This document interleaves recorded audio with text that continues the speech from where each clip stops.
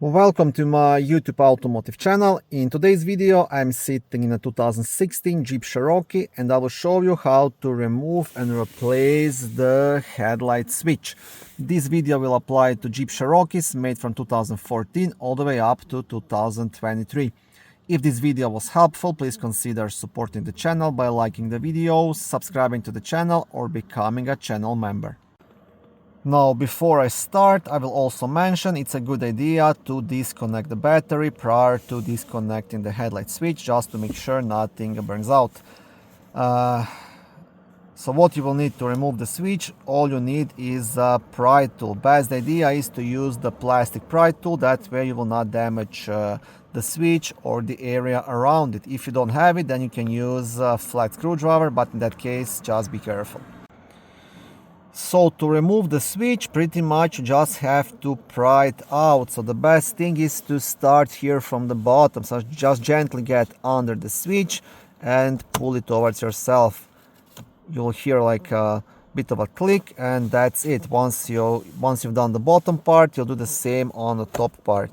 And the switch should just pop out. And to completely remove it, you just have to disconnect it. Now to disconnect this switch completely, there is like this red tab just here on top of it. You want to press it and then pull the switch out. And yeah, that's it. And in case you need the part number, here it is.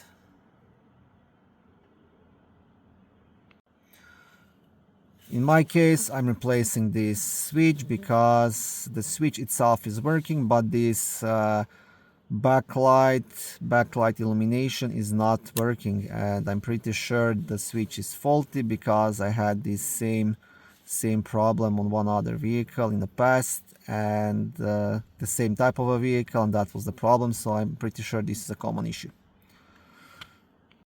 When you're installing switch back in place, first you want to connect this connector. Once it clicks, you just want to pop in the switch in its place. It's very easy to replace it. Yeah, and that's it. Thank you for watching this video. I hope it was helpful and educational. If it was, please like it and consider subscribing to my YouTube automotive channel.